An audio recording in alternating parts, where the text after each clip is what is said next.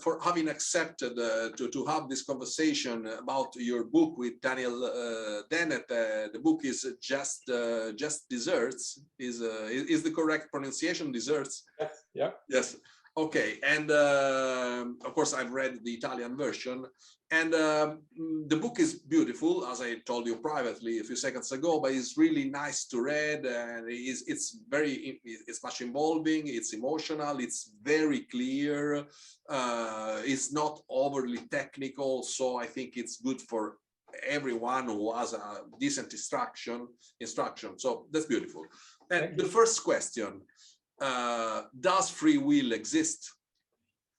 Well, I'm a free will skeptic, so my answer is no. Yeah. And as a free will skeptic, I sort of maintain that who we are and what we do is ultimately the result of factors beyond our control. And because of this, we're never morally responsible in a very particular sense, the sense that is captured by that phrase, just desserts. So I think we lack the kind of free will that would make agents justly deserving of praise and blame and punishment and reward.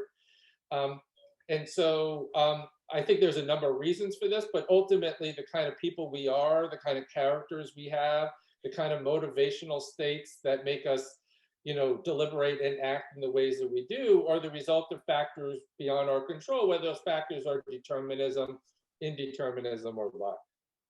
Yes, and exploring the absence of free will, I have to say that I anticipate you that reading your book, I find myself a bit split, because as regard free will skepticism, I think I totally side with you.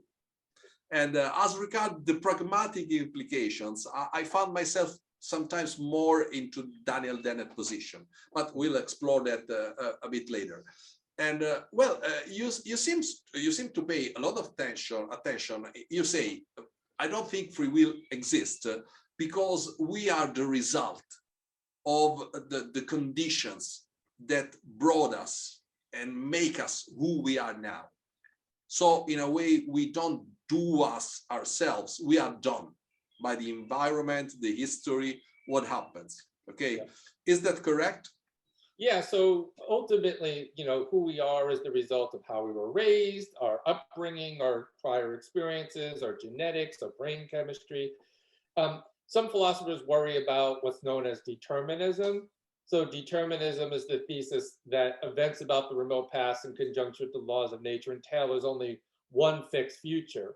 And Dan Dennett accepts determinism. He's a compatibilist. But he thinks determinism is compatible with free will.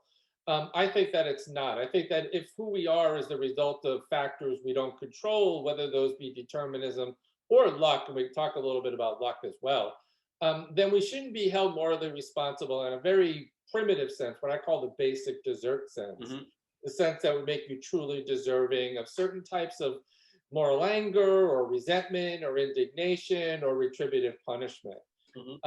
So determinism is one threat, but luck is another threat. Like, the lottery of life isn't always fair, whether we're born into loving homes or abusive homes, into war-torn nations or peaceful nations, whether our parents were alcoholics or caring or emotionally available, all of those factors are matters of luck. We don't control whether we're rich or poor, white or black, male or female. And we also don't control the kind of breaks we get in life, whether we have hurdles that we have to overcome or whether we have advantages or opportunities. So all that kind of luck sometimes is referred to as constitutive luck, the kind of luck that constitutes who we are, the kind of people we are, the kind of psychological states and motivational predispositions we have. And then there's like what's called local luck or luck around the time of action. Yeah. And this might be the luck of, whether, a certain thought comes to you at a particular moment, whether your mind wanders at the right or wrong moment, whether you have a parent or a teacher that gives you an opportunity, or the luck of even the color of the walls can influence our actions in ways we're unaware of. The combination of constitutive luck and present luck, I argue, swallows all.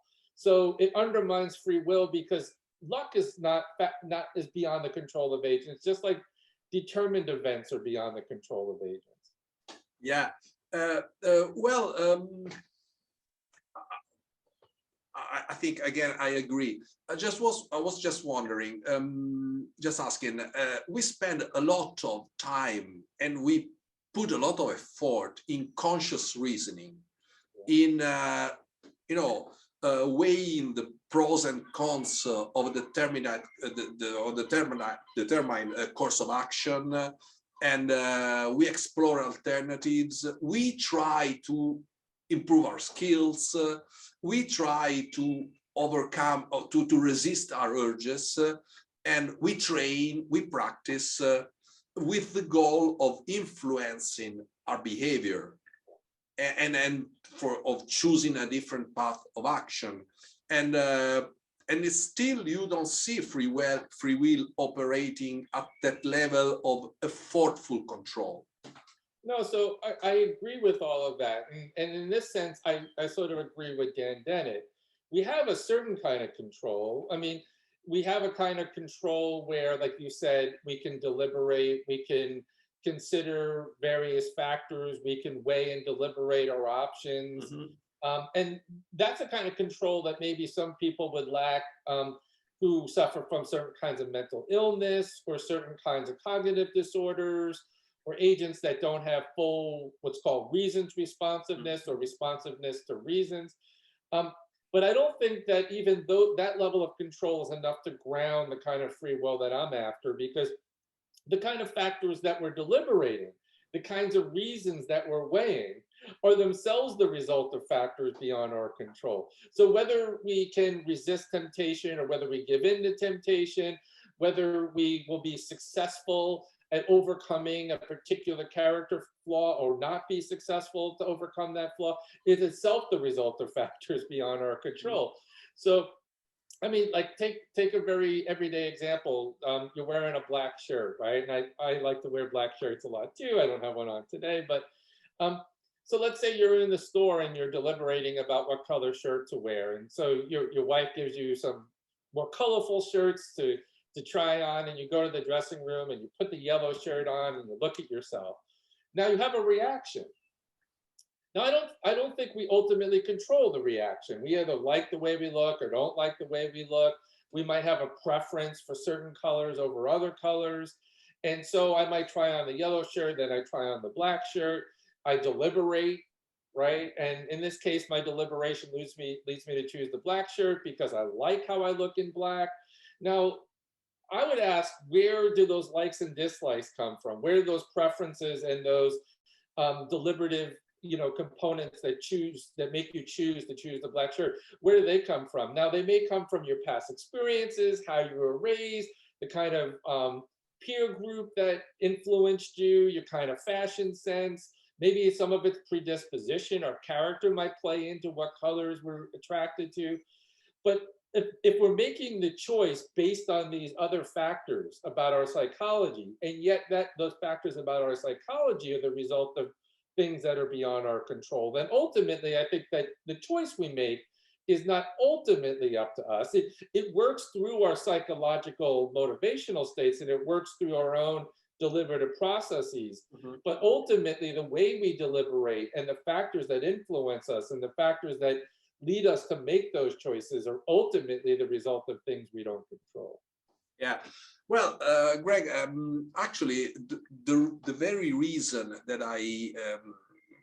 because I wanted to interview you is because I wouldn't say that I am obsessed by the problem of free will, but kind of, in a way, I really want to believe in free will, but I never found a reason that made me believe it is possible. And you say that we are mostly determinism is what shapes us, okay?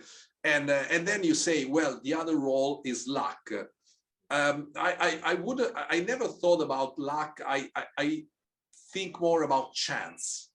Okay, that is in a certain sense, our future is written by our past, and then it is about just chance. I mean, random fluctuations Yeah. at the level of hormones in our head, in our blood, and the weather, opportunities. It's not just luck. It's something that is absolutely random. There are processes which doesn't follow any rule.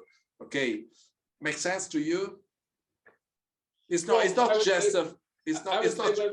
Whether it's chance or even quantum indeterminacies or some fundamental randomness, I don't think that would preserve free will any more than determinism does, because generally agents are in control of random chancy events or quantum indeterminate events. That is, the agent doesn't have the control over indeterminacy any more than it has control over determined events. So whether our actions are determined or the result of just random flippings of the coin, agents would still be acting in ways that are beyond their control. Exactly. So either way, I actually argue that we would lack free will.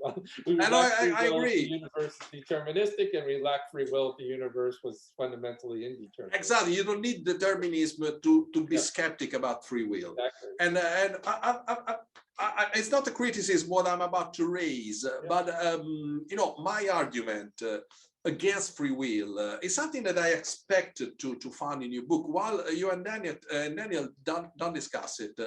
And I found it discussed in a book by an Italian philosopher. It's Giuseppe Trotter. He's written a nice book. His title is nice because he's the free prisoner.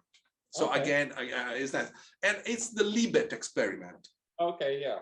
And to me, that experiment is the very test against free will. Yeah, yeah, I do write about the Libet stuff in my other work, and I imagine that. Yeah, and I have another book out this year called Rejecting Retributivism, and I talk about it in that book too.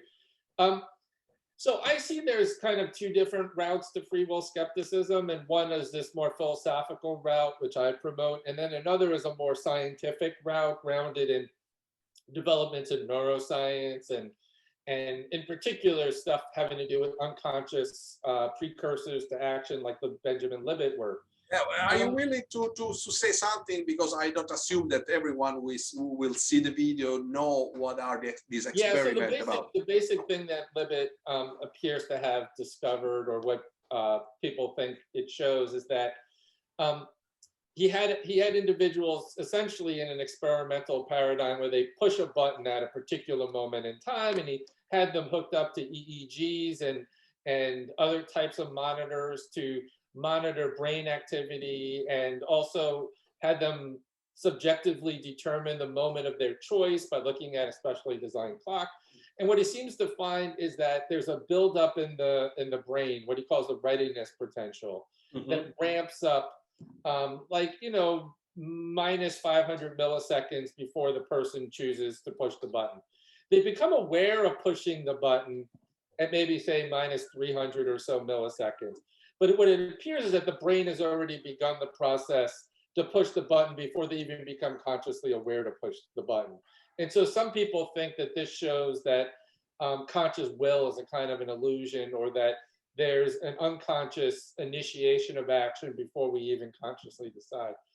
And of course, the unconscious decision is not ruled by free will, because it is supposed to be ruled by automatism, by processes. Yeah, so I've written about this in different ways, and I had my first book was written as actually on consciousness and free will, and in that book I talk a lot about Libet.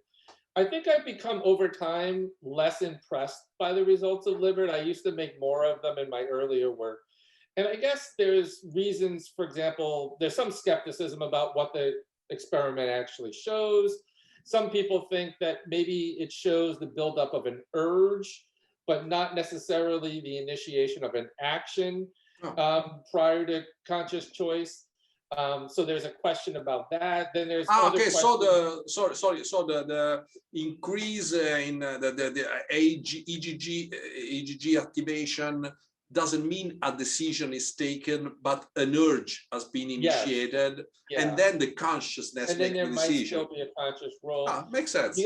The other thing is just it's kind of two things, really. One is more philosophical, which is there seems, one, this is not quite the paradigm of a free act that most people think about. As you pointed out earlier, a lot of times our examples of free actions are ones that we deliberate on for a while. We consider perhaps reasons for and against choosing in a particular way. This seems to be a spontaneous act of just pushing a button, and it doesn't seem the paradigm of a kind of deliberative act. So some people worry that it doesn't tell us much about more important types of choices agents make.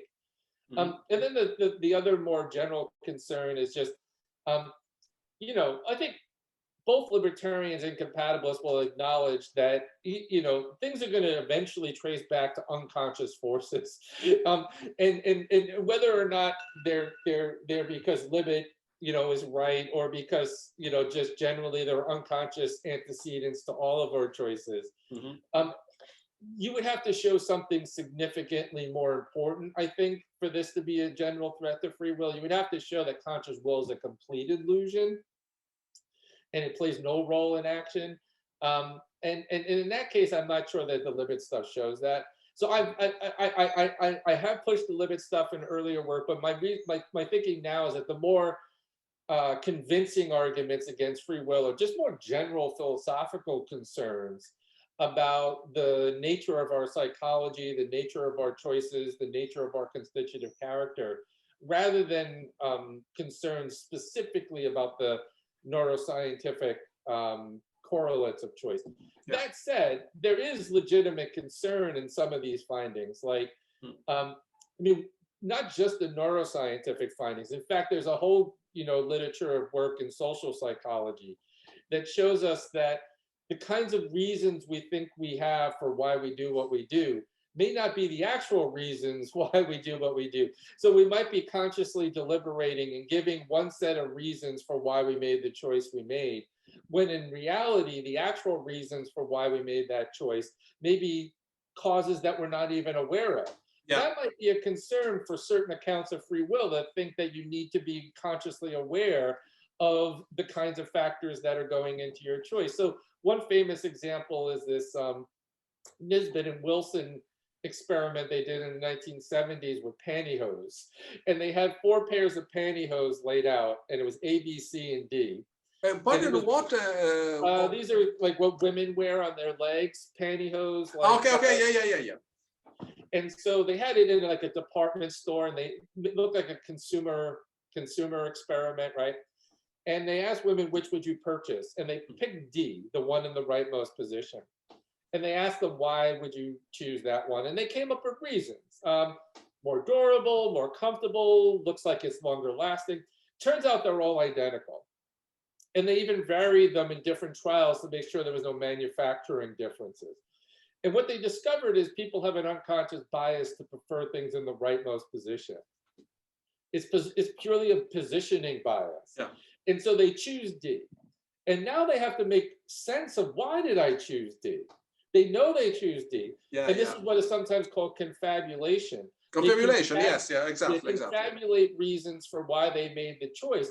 But the confabulation has nothing to do with the real reasons. And we know it has nothing to do with the real reasons because there's no difference between the pairs. So the differences they're pointing to are not real differences. Yeah, so in a way, we think we had the free will to choose the pantyhose on the right top corner, but then we just acted a decision without, which wasn't free at all. It was biased. Influenced by the positioning. Yeah, exactly. And we think we're doing it consciously for some other set of reasons. Yeah.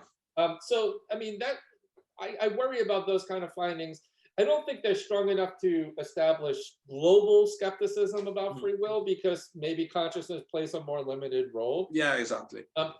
But I do think they add additional fire to the flame, if you will,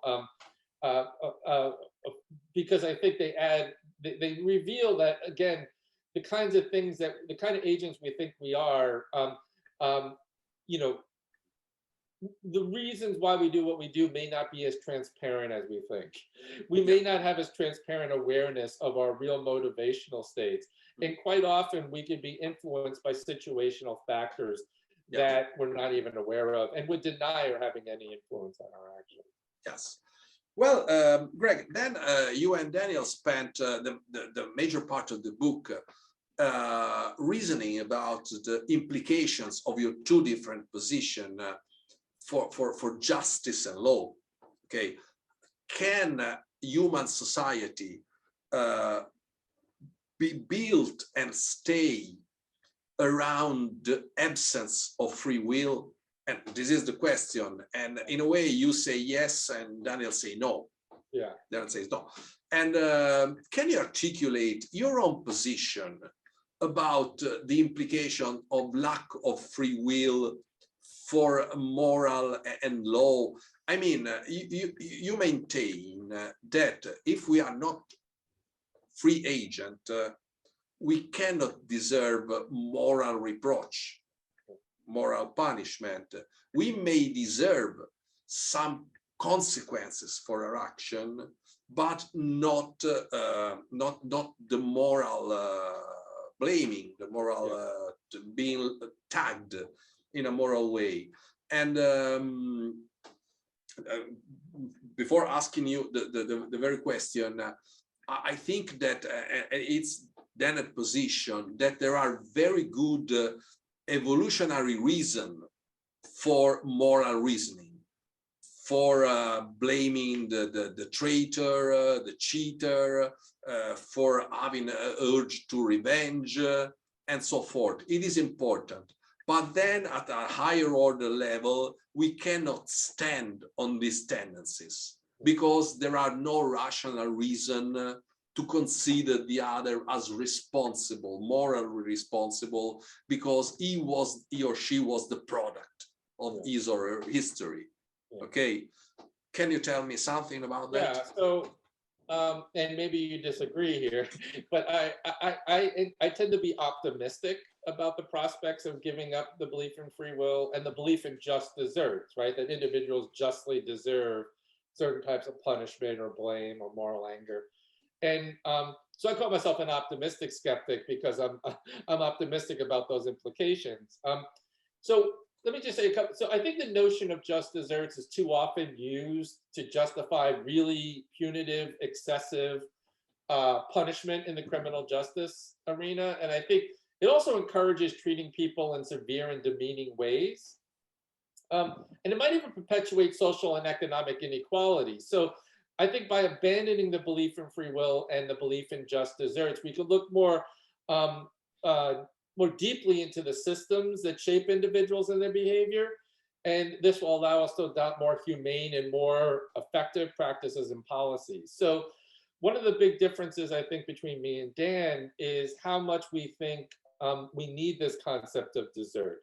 Now, I do think there are other notions of responsibility that remain in play.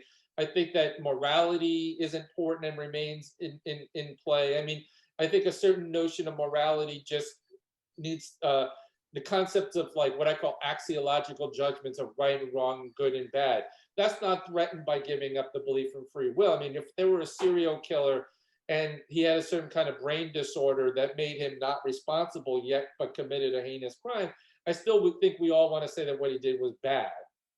We don't think he deserves a certain kind of punishment or is morally responsible in this deep sense, but we could still judge morally the kind of nature of his act.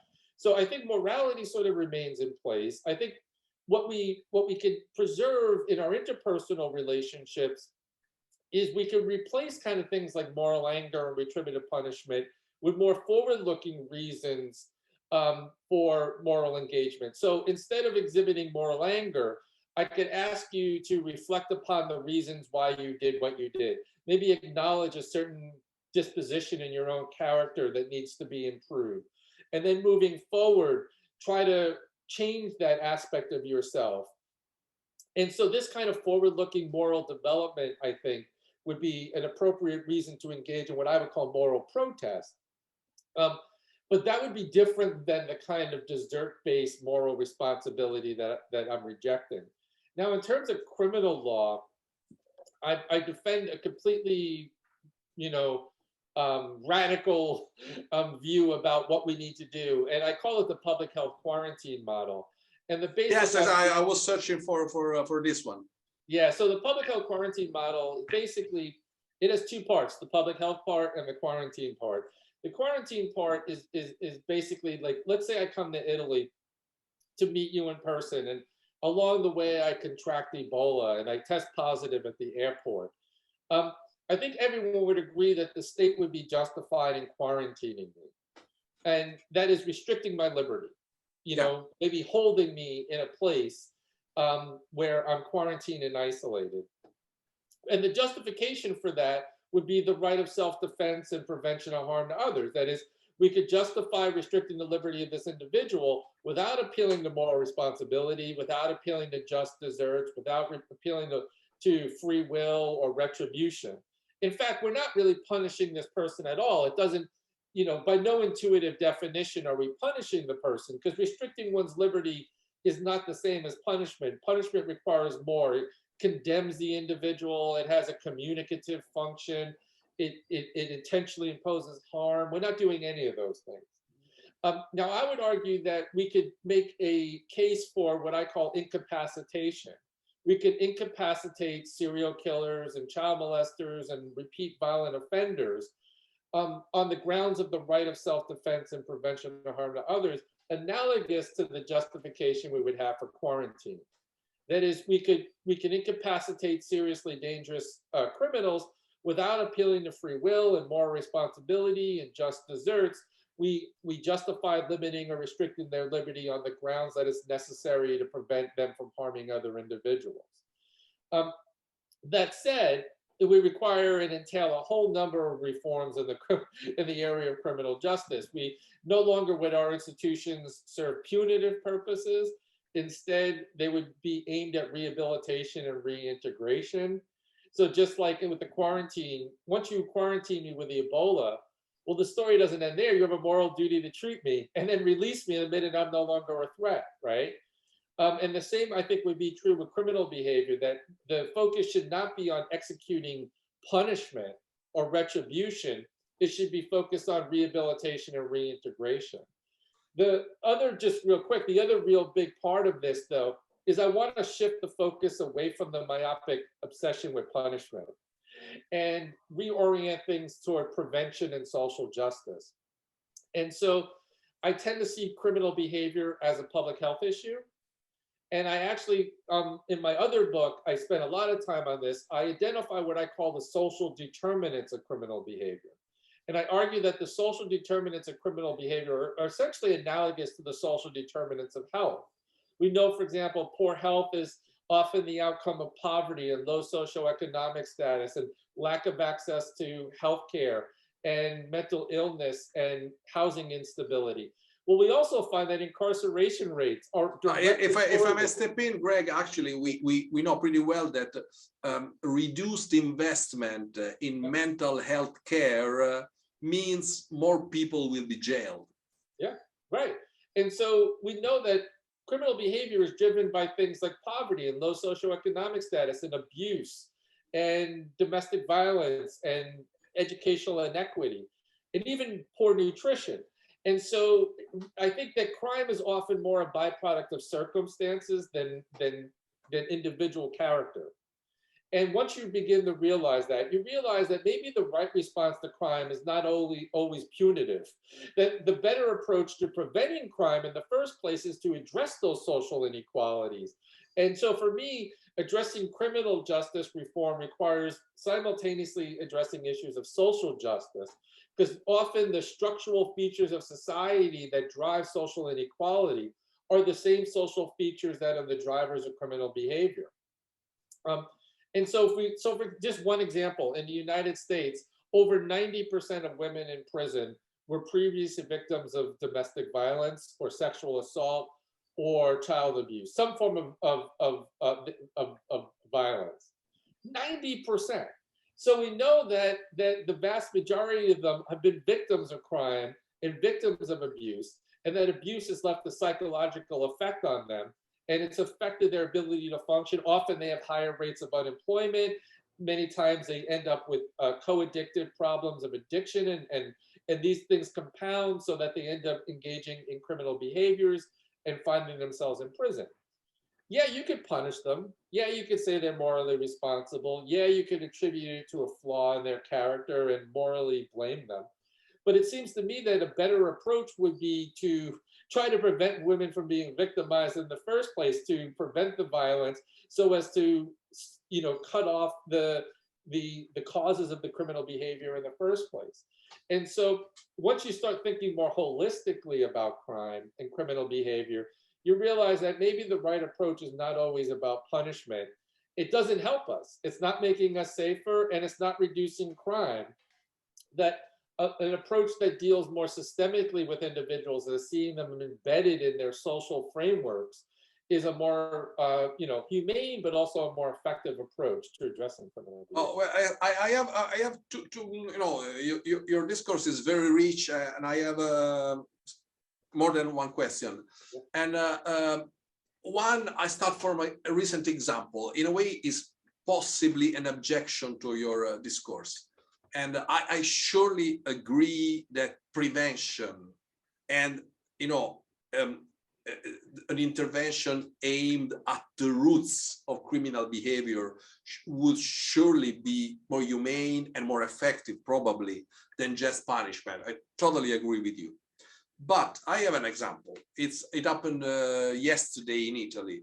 A woman has been slayed by as a former man, and I think he stabbed her many times. She's not dead. She's in hospital. I don't know how severe she is.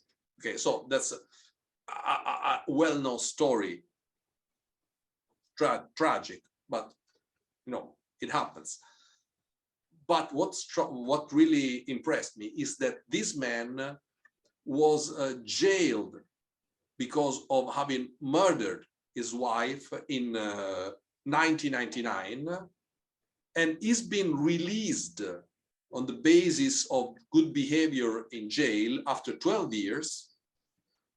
Then he recommitted the crime, and he stalked and threatened of murder his new partner. He's been jailed again, and now he has been released again and almost killed a third woman. Okay. Yeah. According to what I know about domestic offenders, many of them can be treated with success. They can be cured because their violence is a reaction. Many of them have more of a, so to say, predatory type. They just do it. It's in a way hardwired for a series of reasons. Well, in this case, I think that the answer that makes sense is protecting the community. Yeah. Okay, so I wouldn't believe in rehabilitation. So I wouldn't be humane. It's not about punishment. It's about where I should place my empathy, on that person or on the possible victims. And of course, I vouch for the seconds. Yeah. And how would that fit in your model? Yeah, I mean, I think we could both feel for the victim and also consider the circumstances of the perpetrator. But yeah, so this is a case where I don't know the details, but it sounds like this individual was a habitual and serious threat. And so on my model, that'd be consistent with continued incapacitation, because it seems that, and not only, I mean, but in this, in this case also, I don't know, in your description, I can only go by that description. There were precursors, to the violence as well. There were verbal threats and claims that they're going to do harm. Like, those need to be taken seriously and need to be assessed. And in this particular case, they may be grounds for supervision or intervention or some kind of surveillance or some kind of monitoring, or at the most extreme, some kind of incapacitation. So this seems like a problem case for a lot of views, and maybe less so from my view than others, because on a retributive kind of theory, you might you might deserve a certain proportional punishment for a kind of crime. So maybe the first crime he committed, he deserved a certain sentence.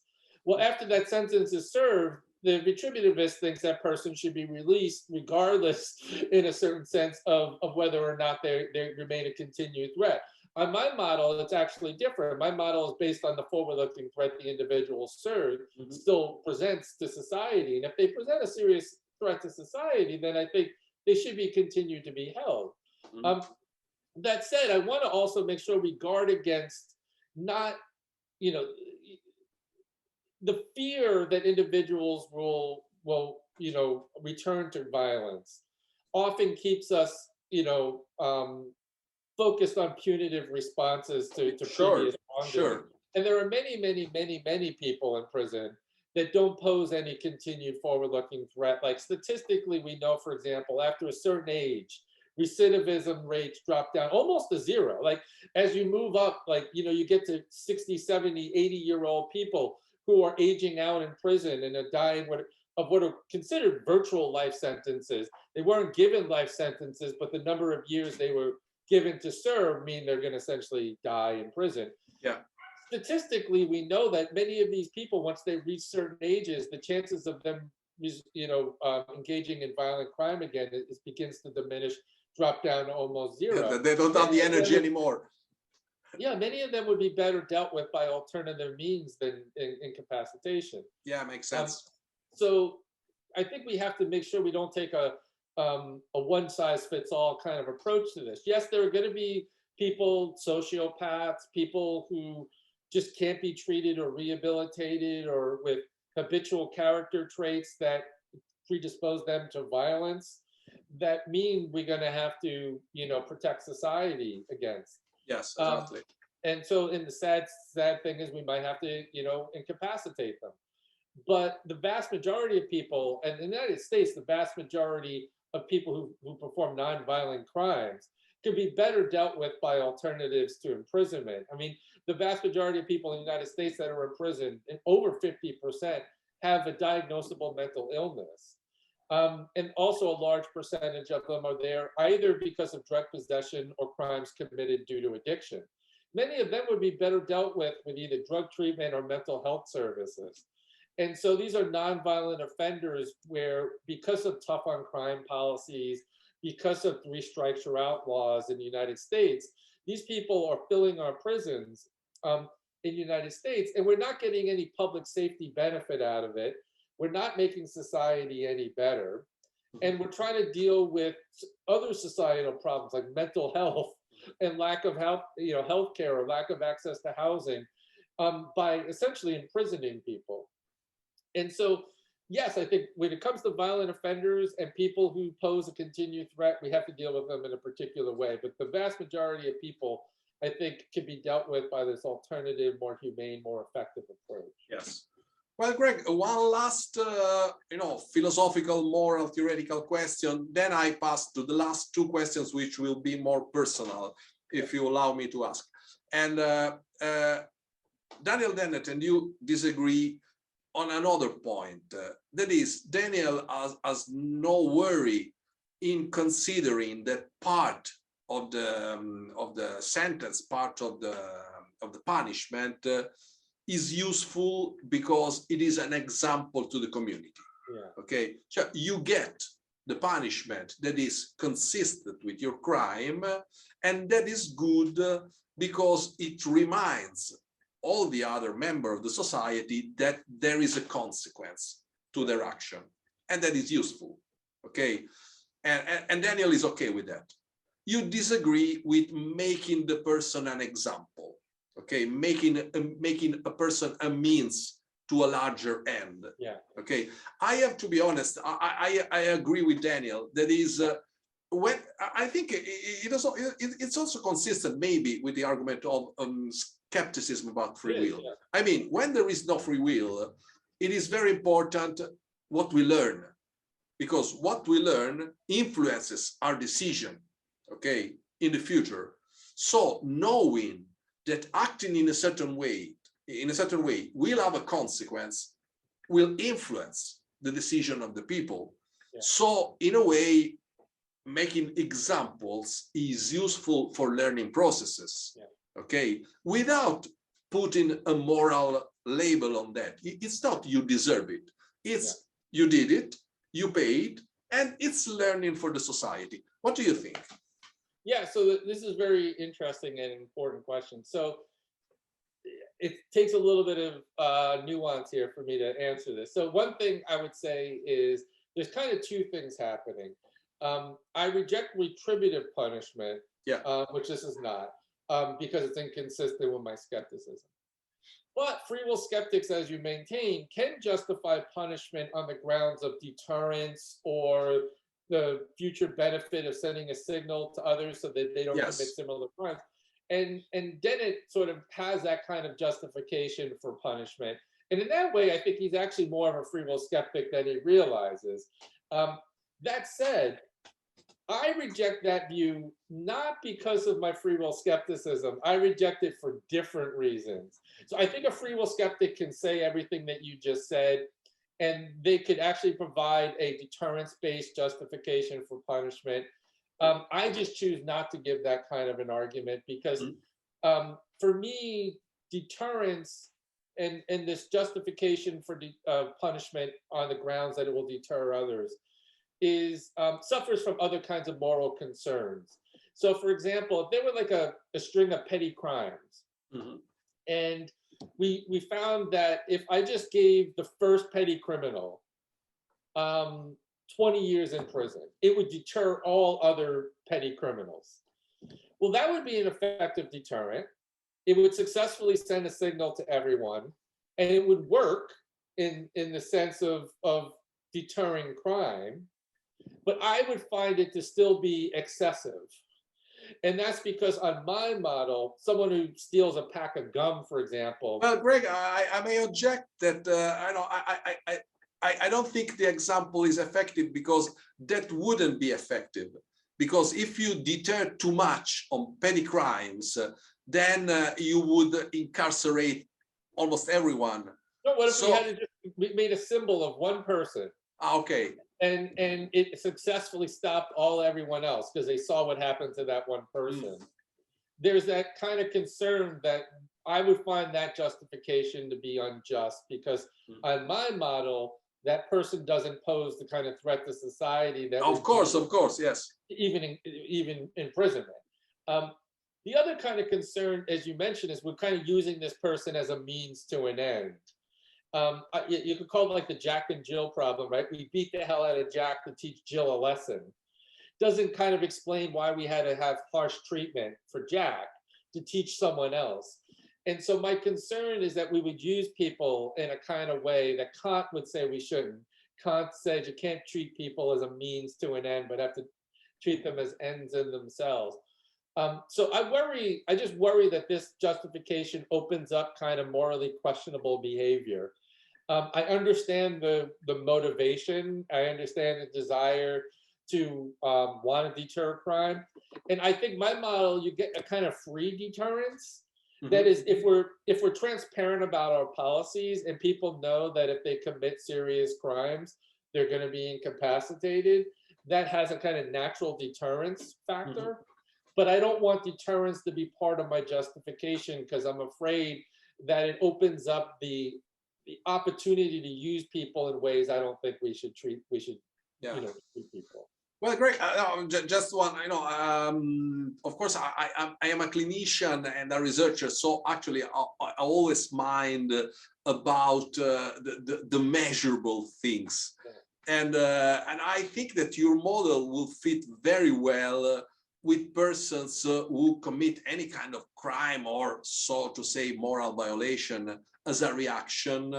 I don't know if it would be as effective with people who are more driven by predatory behavior, and which is evolved, is hardwired, and it exists. So they do it because they are, designed for that. In these cases, deterrency may be more useful because they would love to do it.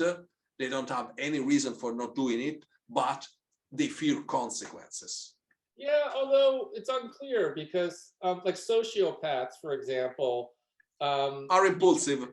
Are Yeah, I impulsive. mean, deterrence may not be effective on them. They don't fear punishment in the same way. Yes, yeah, exactly. Yes. And if they have this kind of predatory character trait, it doesn't quite matter whether so like we know, for example, even in the United States, in the state, in individual states where they have the death penalty, for example, Yeah.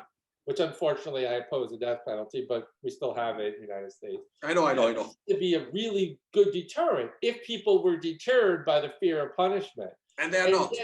yet in states where we have the death penalty, we actually find more homicides than states without the death penalty. Exactly. So it doesn't seem as empirically obvious that people are actually deliberating. No, it is not. No, Of course, yeah. No, your argument is convincing. Well, I agree with you. And I know what I cherish is that at the end of the day, we build the foundation of law and the rule of society more on a more empirical ground. That is, it is just or unjust, but does it work or does it not work? I think that is more important to me. Yeah, and I agree. So, I mean, I want us to, with the public health approach, I want us to adopt best practices. I want us to investigate what works effectively. Yeah. I want us to treat crime sort of like how we treat pandemics. I want us to map how crime is contagious, how it spreads. Exactly. And then treat it in a way that we could, address how to intervene and prevent the spread of that violence. And when you start to do it that way, you actually end up with more effective policies. But some retributivists just feel in their gut that, we need to go forward. We must punish them. Absolutely. Yeah. Well, Greg, so a couple of questions more personal. I'm used when I talk with other clinicians that we are driven to explore a certain field for personal reason. Okay. Something that it's about our history. And I have two different questions. And of course, free will is a fascinating topic at any level, scientific, moral, philosophical, by the way. I'm just curious, because when you reason about morality and punishment and law, it's a bit more personal. It's not just an abstract reflection. And I wonder, would you root your interest in this argument on personal memories of having been overly punished, for example, or on the contrary, on your need to resist your own tendencies to punish someone and then you dislike that? So you have memories that are more rooted in being the guilt and blamed and accused, so the one with the red leather on your skirt, or more about finding yourself one of the righteous ones, and then saying no, I don't like that. I don't know if you want to answer. I don't know if anything pops to mind.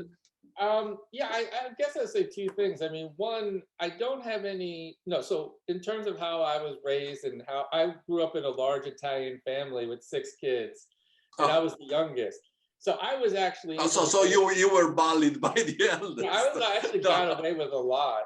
So I was not overly punished, and I don't think I had that experience. But it is, I think, always interesting why philosophers are interested in the topics they write about. And I've tried to think about, is there something about my biography or something about me that led me to these topics? And I don't know. I mean, I think part of it was just natural. My academic interest evolved in this area. But on the other hand, I think I've always been fundamentally interested in justice. And I think I've always been deeply aware of how much luck plays a role in our lives. So I had 2 older brothers who were addicted to drugs, and so I had the kind of firsthand experience of both how addiction isn't, something about who you are. It's more about a problem that you have and a kind of, you know. And Greg, if I may ask, Yeah. witnessing two brothers having problems with drug, Yeah. was it painful for you, your other brothers, your parents? Did you observe some kind of pain in the family? Yeah, I think it caused a lot of pain in the family for a long time. Luckily, they're both okay now, and they're both all right. But one of the things um, I was sort of struck by is the fact that two people could do exactly the same thing, Mhm. and one might end up in prison and their whole life goes a particular way, and the other gets away with it with no consequence and their life turns out okay. Mhm. And I think about the fact that my brothers never ended up in prison, but they could have just as easily ended up in prison. And part of it was the fact that they were white. I think that if they were black in America and if I they know, I know. engaged in the same types of behaviors, their whole life could have turned out differently. Um, and the fact that they have a loving family that didn't give up on them, right? That stuck with them, kept on sending them to rehab, despite the fact that they would steal from the family and do other things. We didn't give up on them. And we had the opportunity to invest in their rehabilitation, right? Some people don't have the money. And so part of that is just to see that it's sort of unfair. It's unfair that two people in two different neighborhoods can engage in exactly the same kind of criminal wrongdoing, and one's life is totally destroyed by it. They find themselves in prison, and then from that point on, in and out of prison, and then from that point on into poverty, and it's a cycle. And the other person ends up turning their lives around and overcoming. I don't think it has anything to do with free will. I Yeah. think it has to do with the fact of the opportunities and the Yes. factors of luck that play different roles in their outcomes. So I Yeah. think that having a firsthand experience with that Greg, sort of if shaped my interest. forgive me, because of course, that's my job. So I ask questions and I ask more questions and I try to make them personal. And again, just tell me if it's convenient, if it's okay, and don't worry about sending me to hell. No, it's not a problem at all. And were there moments in a story of your brothers that you really, or you or someone in the family was afraid that things could really go south? Oh yeah. No. I mean, Do you remember a specific episode in which, oh my God, someone's life will be ruined? Then things went good, but one moment of fear that things couldn't evolve, and your brother's life would be ruined, your family would be ruined, your family name will be damaged, or yeah, no, I think at any opportunity, at any point, I think oh we had that fear. I mean, um, they've had friends, my brothers who had problems, they had friends that OD'd and died. And so the idea that people we knew, people we grew up with, people that were in our home, people that were very close to the family ended up, dead. yeah, And so seeing that, that could happen to your loved one at any point. And so that was always that and again, it's a matter of luck. It's that person didn't deserve to die any more than my brothers deserve to live. It's an outcome of just one got lucky, one didn't get lucky. no, And I think that unfortunately that's true with a lot of the aspects of our lives that we don't even realize. Our own successes are often a byproduct of good luck, you know? And so you had the luck of an encouraging parent or a helpful teacher or an opportunity that fell in your lap. And so we have to begin to realize that sometimes both where we end up, whether that place is a good place or a bad place, is a byproduct of a whole bunch of circumstantial factors that end up either breaking one way or another, but aren't all grounded in this notion of desert. And, in America, we have this overly robust sense of the individual and their accomplishments, and there's this kind of sense of if I succeeded in my life, I pulled myself up from the bootstraps and I own all of that success, and if I failed, if I ended up in prison, I deserved somehow the failures that came my way.